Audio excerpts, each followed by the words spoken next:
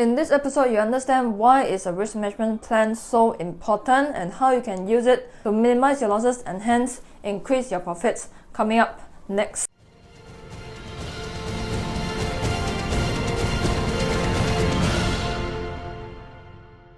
Concept of drawdown in risk management is very popular and very important. Okay, so basically a drawdown is the percentage reduction of your capital as a result of losses. Let's say you are trading with a $10,000 account and then you lost $1,000 today because somehow you forgot to put your stop loss, which is something that you shouldn't do, okay? Something you shouldn't do. Or because your broker's a piece of shit, okay? When you lost $1,000 out of $10,000 in your whole entire account, your drawdown is 10%. Now your percentage drawdown is calculated by the amount of loss that you've incurred, in this case $1,000, divided by your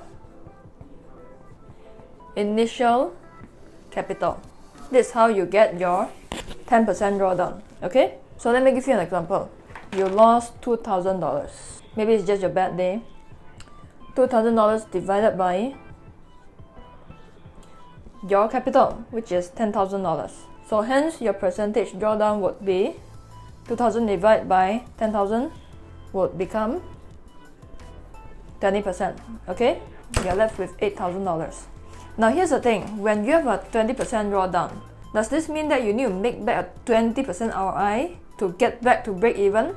This is why risk management is so important, okay? The amount of ROI for you to get back to break even is always more than your drawdown. So let's say you have a drawdown of 10%, okay? And hence right now your account is right now at $9,000.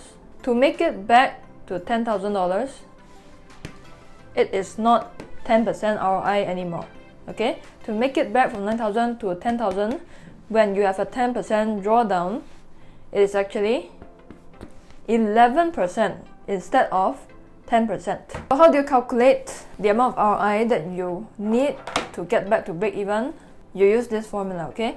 Percentage ROI to break even would be equal to your loss divided by your current capital.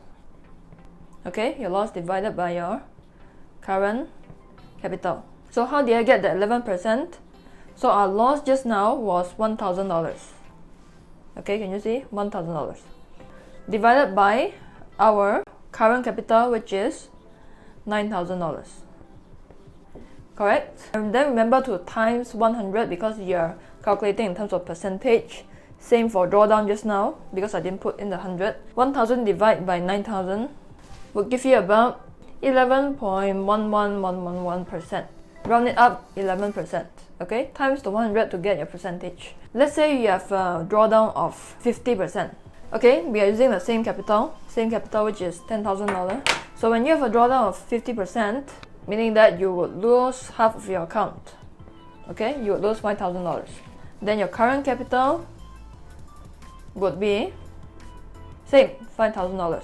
Okay, so do the math, easy, straightforward. Times 100 would be equal to 100% ROI in order to make back to break even. Can you imagine that your drawdown is only 50%, and in order to make it back to 10k, you need to generate an ROI of 100%, which is gonna take you a couple of years, provided that you don't over leverage. Now remember that when you are getting 100% return ROI, be prepared to risk half of your account. Okay, if you aim for 100% ROI per year, be prepared to risk 50%. So if your aim is to generate 20% ROI per year, be prepared to risk at least 10%. So that's another topic which I'm going to talk about in the next few videos. But do you realize something here? So let's say if I'm to craft a table, okay? The drawdown will be here. Then this is the break even, okay? Let me just put it as BA, okay? Just now at 10%, your break even required ROI is 11%, which is still okay. But as you increase your drawdown, let's say 20%, it is not 21% anymore, it is 25%. How about if we go to 30%? Your break-even ROI would be about 43%. And as you go on, do you realize that your break-even ROI required increases? When you go to 40% drawdown, you would have a break-even ROI of 67%, which is going to also take you a couple of years to make it back. And then as you go further, 50%, 60%, 70%, it's going to take you a lot more years to make it back. What is the maximum drawdown that you should limit yourself to? Would be 30%.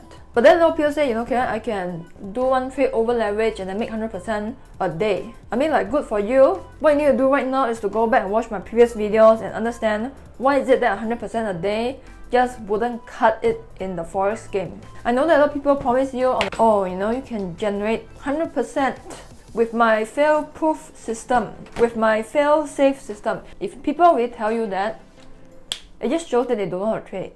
Trading is not about avoiding losses, it's not about being perfect, but it's just to make sure your wins always cover up your smaller losses. That's it. It's a very simple concept, but then a lot of people, they still can't wrap their heads around it. You are made to think that trading is supposed to be very easy to get rich quick. Now, so easy that everybody would do it, right? But then again, with that said, you shouldn't aim for 30% if you're somebody who is more of risk-averse personality. If you have a risk-taker kind of personality, then by all means, maximum go to 30%, but never more than that. If you're more conservative, set your own maximum drawdown. Whether it's 10%, 5%, 15%, 25%. Again, it comes down to understanding what is your trading personality, what is your risk appetite, so that you can determine what's the percentage risk per trade and your drawdown. Now, when it comes to percentage risk per trade, I'm going to cover more on that, so do stay tuned for it. But with that, let me know in the comment section down below what is your maximum drawdown and what drawdown do you limit yourself to. Let me know in the comment section down below. And with that, I'm Careful and I'll talk to you in the next episode. Bye.